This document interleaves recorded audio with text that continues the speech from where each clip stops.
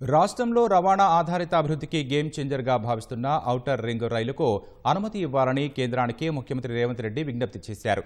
ఢిల్లీలో అశ్విని వైష్ణవ్ కలిసి 8,000 కోట్ల విలువైన ఈ ప్రాజెక్టుకు త్వరగా ఆమోదం తెలపాలని కోరారు. మరోవైపు ఔటర్ రింగ్ రైలు ఫైనల్ లొకేషన్ సర్వే ప్రక్రియ పూర్తయింది.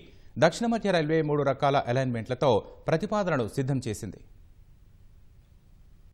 మంత్రులు శ్రీధరబాబు, ఉత్తమ్ కుమార్ రెడ్డితో కలిసి ఢిల్లీలోని రైల్ భవన్లో అశ్విని వైష్ణవ్తో ముఖ్యమంత్రి రేవంత్ రెడ్డి భేటీ అయ్యారు. తెలంగాణలో రైల్వే అనుసంధానత పెంపు కోసం నూతన ప్రాజెక్టులకు అనుమతులివ్వాలని రేవంత్ రెడ్డి విజ్ఞప్తి చేశారు. రీజనల్ రింగ్ రోడ్డుకు సమాంతరంగా ప్రతిపాదించిన outer ring rail project final location సర్వేకు రైల్వే బోర్డు ఇప్పటికే అనుమతి ఇచ్చిందని సీఎం గుర్తు చేశారు. 8,000 కోట్ల ఈ ఔటర్ రింగ్ రైల్ ప్రాజెక్టుకు త్వరగా అనుమతులివ్వాలని కేంద్ర మంత్రిని కోరారు. హైదరాబాద్ డ్రైపోర్ట్ నుంచి బందరు ఓడరేవుకు అనుసంధానంగా రైలు మార్గం మంజూరు చేయాలని కోరారు. తెలంగాణలో రైల్వే ఆపరేషన్స్ ను మరింత సమర్థంగా నిర్వహించేందుకు కాజీపేటలో రైల్వే డివిజన్ ఏర్పాటు చేయాలని విజ్ఞప్తి చేశారు.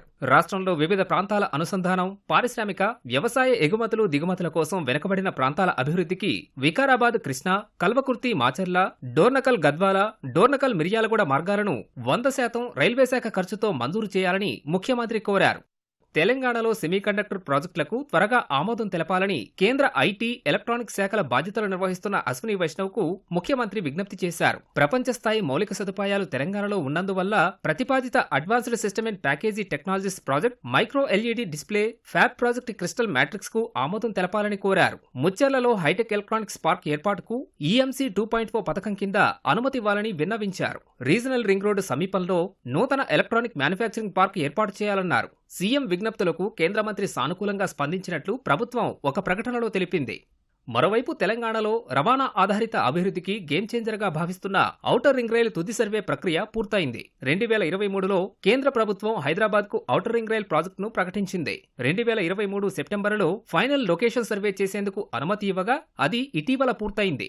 సికింద్రాబాద్ నుంచి దేశంలోని వివిధ రాష్ట్రాలకు రాకపోకలు సాగించే 6 రైలు మార్గాలతో ఇది అనుసంధానం కానుంది. ఔటర్ రింగ్ రైల్ మార్గానికి 3 రకాల అలైన్మెంట్లతో దక్షిణ మధ్య రైల్వే ప్రతిపాదనలు సిద్ధం చేసింది. వివిధ కోణాల్లో పరిశీలించి ఇందులో ఒక అలైన్మెంట్ ను ఖరారు చేయనున్నారు. ఈ ప్రాజెక్టు ద్వారా హైదరాబాద్ కు దగ్గరలో ఉన్న 8 నుంచి 10 జిల్లాలకు ప్రయోజనం కలగనుంది.